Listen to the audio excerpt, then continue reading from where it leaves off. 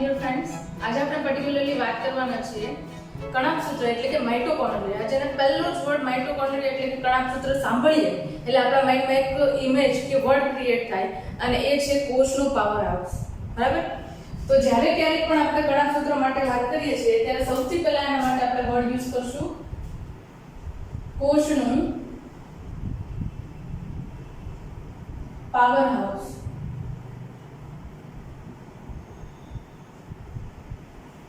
Okay, ખાસ કરીને કોષનો power house કોના માટે કહીએ છીએ તો કે જે સુકોષ કેન્દ્રીય કોષ છે એમના કોષરસની અંદર તમને કણાભસૂત્ર હાજર જોવા મળે છે અને એ કણાભસૂત્ર જે છે એ કોષની જે ઊર્જાની જરૂરિયાત છે એને પૂર્ણ કરવા માટે જવાબદાર છે. એટલા માટે એને આપણે કોષનો પાવર હાઉસ છે એવું કહીએ છીએ, power house of the cell. Right? Okay, હવે કણાભસૂત્ર જે છે એ ક્યાં જોવા મળે તો કે ધારો કે કોઈ આપણી પાસે એક કોષ છે, રાઈટ? આ ધારો કે એનો કોષરસ છે, આ છે ધારો કે કોષ કેન્દ્ર છે અને એની અંદર જનનિક દ્રવ્ય છે. તો કોષનો જે આપણે કોષરસનો વિસ્તાર કહીએ છીએ જેને આપણે શોર્ટ ફોર્મ ની અંદર અથવા તો આધારક વિસ્તાર તરીકે ઓળખીએ છીએ. બરાબર? કે આધારક વિસ્તાર જે છે કે જ્યાં આગળ કોષરસ આવેલો છે એની અંદર બેવડા પટલમય અંગિકા સ્વરૂપે કણાભસૂત્ર હાજર હોય. બેવડા પટલમય સંરચના. ઓકે, આપણે આગળના લેક્ચર્સ છે એની અંદર ઓલરેડી જોઈ ચૂક્યા છે કે બેવડા પટલમય સંરચનાઓ છે મોટાભાગે ક્યાં હોય તો કે એ આદિકોષ કેન્દ્રીય કોષમાં હોતી નથી, એ માત્ર ને માત્ર સુકોષ કેન્દ્રીય કોષમાં હોય છે. એટલે હું એવું કહું કે પ્રોટિસ્ટા, પછી એના પછી ફૂગ, વનસ્પતિ સૃષ્ટિ, પ્રાણી સૃષ્ટિ, આમની અંદર બધામાં શક્તિની જરૂરિયાત છે એ કણાભસૂત્ર દ્વારા થતી પ્રક્રિયાના અંતે પૂર્ણ થાય છે. બરાબર? ઓકે, હવે પહેલા વાત કરીએ કણાભસૂત્ર જે છે એની સંરચના માટે. સંરચના પહેલા પણ એ વાત કરવી પડે કે અહીંયા આગળ કણાભસૂત્ર જે છે એને મારે માઇક્રોસ્કોપની અંદર જોવું છે કોષની અંદર, તો એના માટે એક ચોક્કસ પ્રકારનું અભિરંજક વપરાય. હવે અભિરંજિત કરવું કણાભસૂત્રની અંદર જો કણાભસૂત્રને કોષમાંથી મારે માઇક્રોસ્કોપમાં જોવું છે તો અભિરંજિત શા માટે કરવું, આ બધી પ્રક્રિયાઓ છે એના માટે થોડું તમને સમજાવું. ફર્સ્ટ ઓફ ઓલ કોઈ પણ કોષ લેવાનું જે એને આપણે સ્લાઇડ ઉપર મૂકીએ છીએ. બરાબર? સ્લાઇડ ઉપર મૂક્યા પછી એના ઉપર આપણે ચોક્કસ પ્રકારનું અભિરંજક નાખીએ છીએ.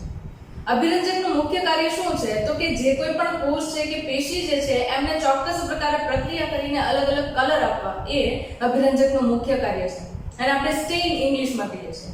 બરાબર? શું કામ આવું કરવું પડે તો કે કોષ જે છે એકદમ સૂક્ષ્મ સંરચના છે. બરાબર? ઘણીવાર એવું બને કે આપણને પાણીની સાથે મિશ્રિત સંયોજનની અંદર એ કોષો સરખી રીતે દેખાય પણ નહીં, કારણ કે બધા જ કોષો છે એમની અંદર રંજક દ્રવ્યો એટલે કે કલર પિગમેન્ટ હોતા નથી. બરાબર? તો અહીંયા આગળ કણાભસૂત્ર છે એની અંદર પણ આપણને એવો કોઈ મેજર કલર દેખાતો નથી અને એ પણ પાછો કોષની અંદરની અંગિકા છે. તો એના માટે આપણે ખાસ પ્રકારનો અભિરંજક જેનસ ગ્રીનનો ઉપયોગ કરીએ છીએ. બરાબર? આ તમારે યાદ રાખવું જોઈએ, એક્ઝામની અંદર પૂછાઈ શકે છે. કણાભસૂત્રનું અભિરંજક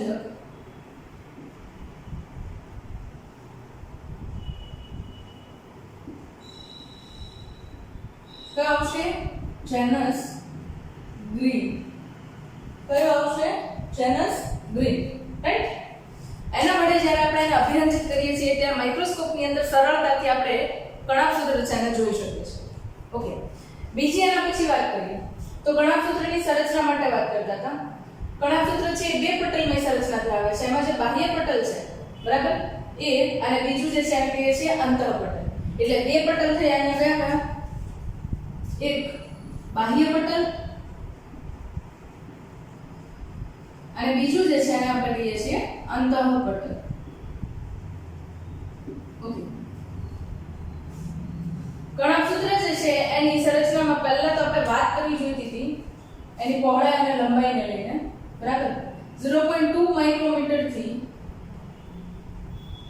1.0 માઇક્રોમીટર જેટલી એની પહોળાઈ જોવા મળે છે. અને જો લંબાઈના સંદર્ભમાં વાત કરીએ તો 1.0 માઇક્રોમીટર થી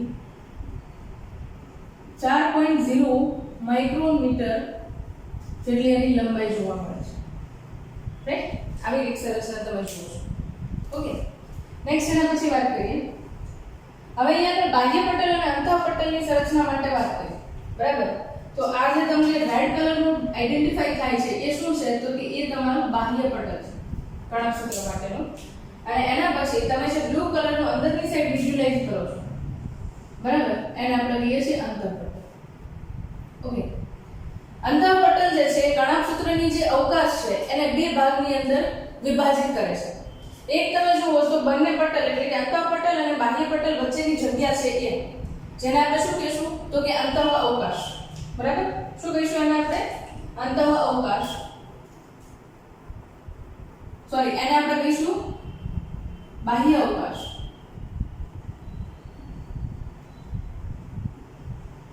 અને અંતઃપટલ જે છે એની અંદરની બાજુ જે અવકાશ છે એને આપણે કહીએ છીએ અંતઃ અવકાશ.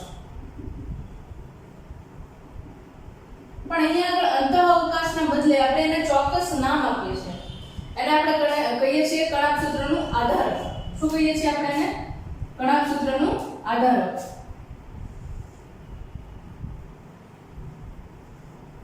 કણાભસૂત્રનું આધારક. એના માટે ચોક્કસ શબ્દ છે, ઇંગ્લિશમાં એને કહેવાય છે મેટ્રિક્સ. બરાબર? કણાભસૂત્રનું આધારક જેને શું કહીએ છીએ? મેટ્રિક્સ. રાઈટ?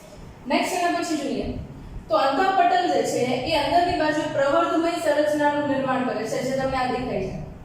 રાઈટ? એ પ્રવર્ધમય સંરચના છે એનું મુખ્ય કાર્ય શું છે? તો કે એ પોતે એક તો કણાભસૂત્ર જે છે એની અંતઃ સપાટીની અંદર વધારો કરે છે.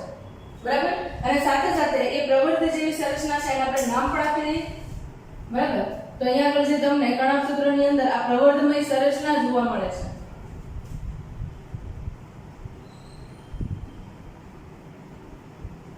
એને આપણે કહીએ છીએ ક્રિસ્ટી. શું કહીશું એને આપણે? ક્રિસ્ટી. ઓકે, નેક્સ્ટ એના પછી વાત કરીએ સંરચનામાં તો કણાભસૂત્ર જે છે એની અંદર પોતાનું ડીએનએ પણ હાજર છે. વલયાકાર ડીએનએ હોય છે, પણ મેં અહીંયા આગળ એઝ અ સેમ્પલ ખાલી એટલો ભાગ દેખાડેલો છે. વલયાકાર ડીએનએ. આના ઉપરાંત રેડ કલરના ડોટ્સ તમને દેખાય છે આધારકની અંદર. આનાથી તમે બધા ઓલમોસ્ટ વાકેફ છો. આપણે બહુ બધી વાર આના માટે વાત કરી ગયા ચેપ્ટરની અંદર. બરાબર? એ છે રિબોસોમ્સ. બરાબર? અને એની સાથે સાથે ઘણીવાર તમે આરએનએના ઘટકો છે એ પણ કોષની અંદર જોતા હોવ છો.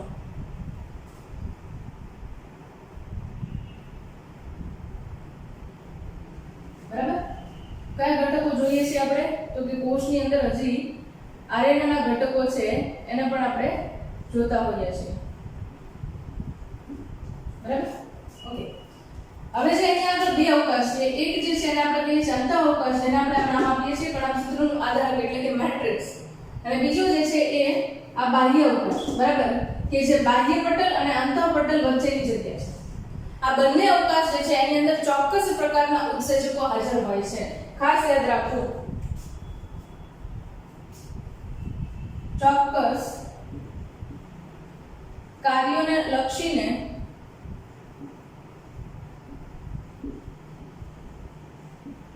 ઉત્સેચકો હાજર હોય છે. બરાબર? એ જ રીતે સેમ અંતઃપટલ છે એની અંદર પણ ચોક્કસ કાર્યને લઈને ઉત્સેચકો હાજર જોવા મળે. હવે અહીંયા આગળ કાર્ય તરીકે એવું તો શું કણાભસૂત્ર કરે છે જેના અંતે આપણને કાર્યના અંતે એટીપી સ્વરૂપે ઊર્જા મળે છે, એ થોડું આપણે સમજવું જોઈએ. રાઈટ? ઓકે, ફોર એક્ઝામ્પલ આ જે છે આપણો કોષ છે. બરાબર? અને થોડો હું ઝૂમ આઉટ કરું છું જેના કારણે તમને આઈડિયા છે થોડો ક્લિયર થાય. રાઈટ? અહીંયા આગળ સ્પેસ છે. ધારો કે આ જે છે એ આખો આપણો કોષ છે. બરાબર? એની અંદર આ જે એરિયા છે કયો છે? કોષ રસનો વિસ્તાર છે અથવા તો કોષનો આધારક વિસ્તાર છે. બરાબર? અહીંયા આગળ એનું ન્યુક્લિયસ કોષ કેન્દ્ર. અને એના પછી અહીંયા આગળ આપણે ડ્રો કરીએ કણાભસૂત્ર, જે ઓલરેડી અહીંયા આગળ તમને દેખાડ્યું છે. બરાબર? એક જ એઝ સેમ્પલ હું અહીંયા ડ્રો કરું છું. હવે કોઈ પણ કોષ છે એને ઊર્જાની જરૂરિયાત છે, તો બહારથી કોઈ પણ એનર્જીનો સોર્સ જોશે. ઊર્જાની જરૂરિયાત માટે કોઈ પણ એવો પદાર્થ છે કે જેના ઉપર પ્રક્રિયા કરે, બંધ તૂટે અને એના વડે ઊર્જા મળે. બરાબર? જો કે આના માટે આપણે ડિટેલ ડિસ્કશન આખું ચેપ્ટર નંબર 13 અને 14 છે એના માટે વાત કરવાના છે. કેવી રીતે કાર્બોદિત, પ્રોટીન અને લિપિડ જેવા પદાર્થોનું નિર્માણ થાય છે એ આપણે ચેપ્ટર નંબર 13 ની અંદર જોવાના છીએ. અને ચેપ્ટર નંબર 14 ની અંદર નિર્માણ થયેલા પદાર્થો છે એમનું કોષ કેવી રીતે ઉપયોગમાં લે છે એના માટે વાત કરવાના છે. બરાબર? તો સેજ થોડો ખ્યાલ લઈ લઈએ. તમે લોકોએ એક પ્રોસેસનું નામ સાંભળેલું છે જેને આપણે કહીએ છીએ ગ્લાયકોલિસિસ. તો તમે જોયું હશે કે ગ્લુકોઝમાંથી ગ્લાયકોલિસિસની પ્રક્રિયાના અંતે પાયરુવેટ એસિડ બને છે. આ તમે લોકો ભણી ચૂક્યા છો 10th ની અંદર. બરાબર? કઈ પ્રક્રિયા કીધી આપણે? પ્રક્રિયા છે ગ્લાયકોલિસિસની પ્રક્રિયા. ગ્લાયકોલિસિસ એટલે ગ્લુકોઝનું તૂટવું. બરાબર? અહીંયા આગળ બે પાયરુવેટ એસિડના અણુઓ બને છે. હવે આ પાયરુવેટ એસિડ જે છે એ અહીંયા આગળ આ કણાભસૂત્રની અંદર દાખલ થાય છે. બરાબર? હવે કણાભસૂત્રની અંદર જેવું પાયરુવેટ એસિડ દાખલ થાય એટલે એની અંદર ઓક્સિડેશન અને રિડક્શનની અલગ અલગ પ્રક્રિયાઓના અંતે એ એસિટાઇલ કોએન્ઝાઇમ A ની અંદર રૂપાંતરિત થશે. એસિટાઇલ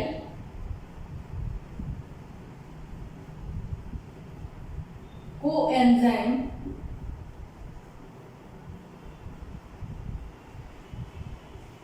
એસિટાઇલ કોએન્ઝાઇમ A ની અંદર રૂપાંતરિત થશે. હવે જેવો એ એસિટાઇલ કોએન્ઝાઇમ A ની અંદર રૂપાંતરિત થશે એના પછી એ આ જે બાહ્ય અવકાશ હતો એટલે કે બાહ્ય પટલ અને અંતઃપટલ વચ્ચેનો જે જગ્યા હતી ત્યાંથી હવે એ ટ્રાન્સફર થઈને ક્યાં આવશે તો કે કણાભસૂત્ર જે છે એના આધારક વિસ્તારમાં મેટ્રિક્સની અંદર એસિટાઇલ કોએન્ઝાઇમ A આવશે. બરાબર? શોર્ટ ફોર્મ ની અંદર લખું છું એસિટાઇલ કોએન્ઝાઇમ A. અને આ એસિટાઇલ કોએન્ઝાઇમ A જે છે એની અંદર પ્રક્રિયા થઈને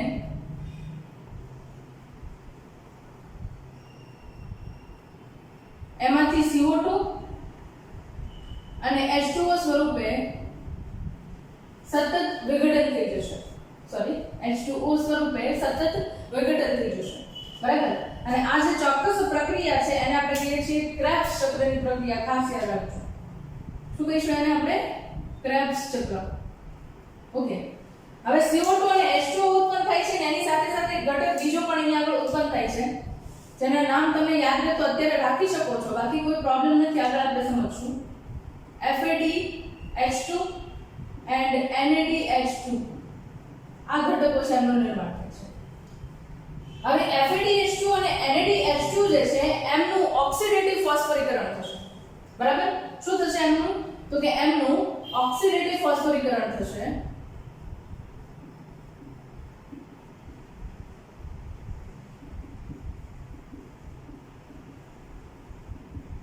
બરાબર?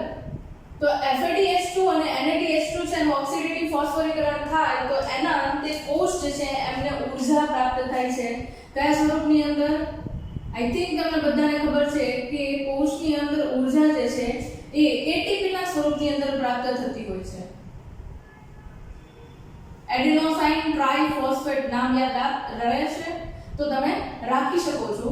એડિનોસાઇન ટ્રાઇફોસ્ફેટ આ સ્વરૂપની અંદર કોઈ પણ કોષની અંદર તમને મોટા ભાગે ઊર્જા મળતી હોય છે. બરાબર? ઓકે. હવે અહીંયા આગળ મેઇન 3 પ્રોસેસ આવે નામ લખી દઉં છું. તમારે વધારે ગુજવાવાની જરૂર નથી. આના માટે ડિટેલ ડિસ્કશન છે ચેપ્ટર નંબર 13 ને 14 ની અંદર કરવાનું છે. બસ તમારે કેટલું યાદ રાખવાનું છે તો કે અહીંયા આગળ પહેલી પ્રક્રિયા થાય છે ગ્લાયકોલિસિસની. બરાબર? ગ્લાયકોલિસિસની પ્રક્રિયાના અંતે જે પાયરુવેટ એસિડ બને છે એના ઉપર થાય છે ક્રેબ્સ ચક્ર.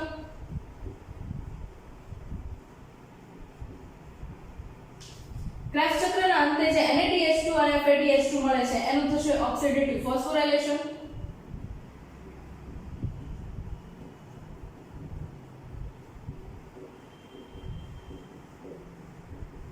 બરાબર? અને એ ઓક્સિડેટિવ ફોસ્ફોરાયલેશન પૂરું થાય એટલે અહીંયા આગળ આપણને ATP સ્વરૂપે ઊર્જા છે પ્રાપ્ત થશે.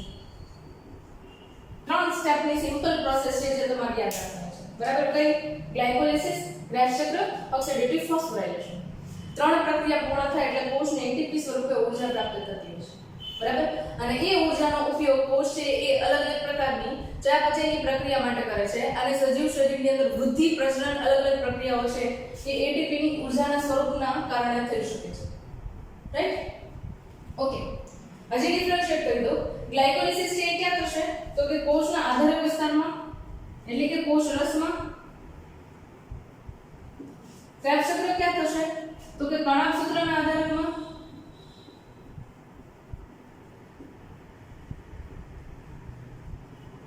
જો કે ઓલરેડી અહીંયા આપેલું છે મેં તમને, બરાબર. અને ઓક્સિડેટિવ ફોસ્ફોરાયલેશનની પ્રક્રિયા જે છે પ્રવર્ધમય સંરચના ક્રિસ્ટી જે છે એની અંદર થશે, બરાબર. ક્યાં થશે? ક્રિસ્ટીની અંદર થશે. અને ક્રિસ્ટી જે છે ત્યાં આગળ તમને જો આ બોલ્ટ લાઇક સ્ટ્રક્ચર દેખાય છે. આ બોલ્ટ લાઇક જે સ્ટ્રક્ચર છે ને એને આપણે નામ આપીએ છીએ F1 કણિકાઓ. શું કહીએ છીએ એને આપણે? F1 કણિકાઓ. F1 કણિકાઓ જે છે એને આપણે એક પ્રકાર એટીપી ઉત્સેચક કહી શકીએ.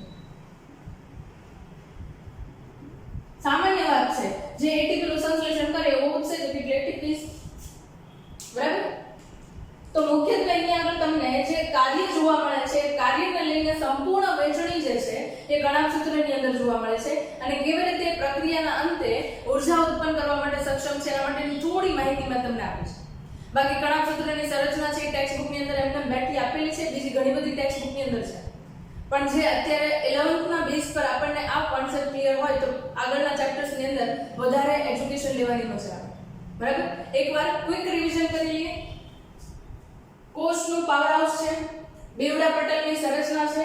સંરચનાની અંદર 0.2 માઇક્રોમીટર ટુ 1 માઇક્રોમીટર જેટલી એની પહોળાઈ છે અને 1.0 માઇક્રોમીટર ટુ 4.0 માઇક્રોમીટર એ એની લંબાઈ છે. ઓકે, મુખ્યત્વે કોષના આધારક વિસ્તારમાં એટલે કે કોષ રસની અંદર આવેલી હોય બેવડા પટલની સંરચના છે, બરાબર. એની સાથે સાથે જોઈએ તો કણાભસૂત્ર જે છે એને આપણે નરી આંખે જોઈ શકતા નથી માઇક્રોસ્કોપમાં, એને અભિરંજિત કરવું પડે, રાઈટ.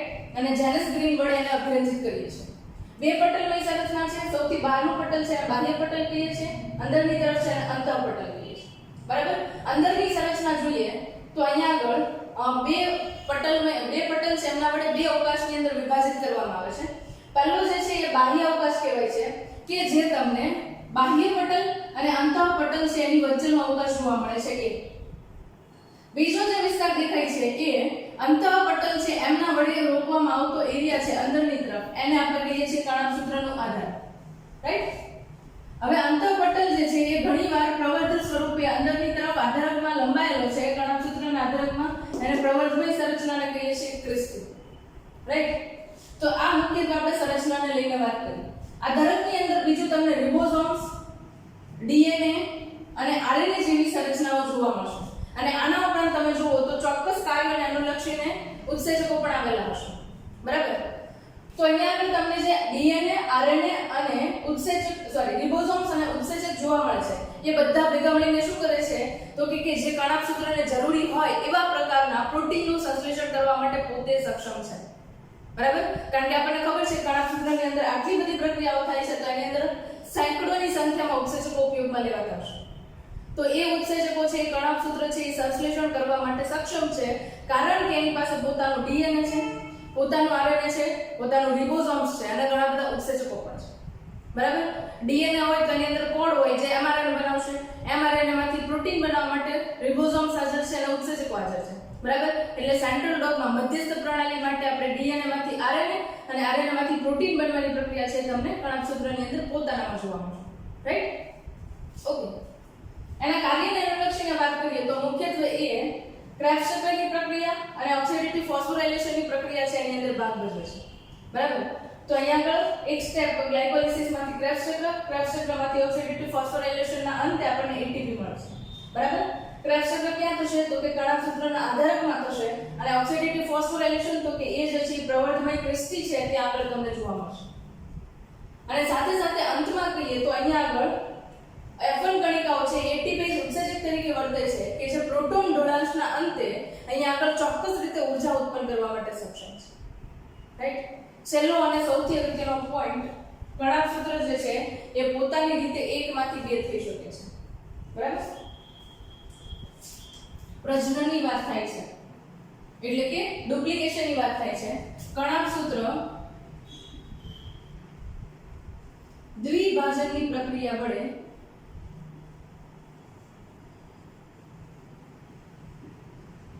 નવા કણાક સૂત્રનું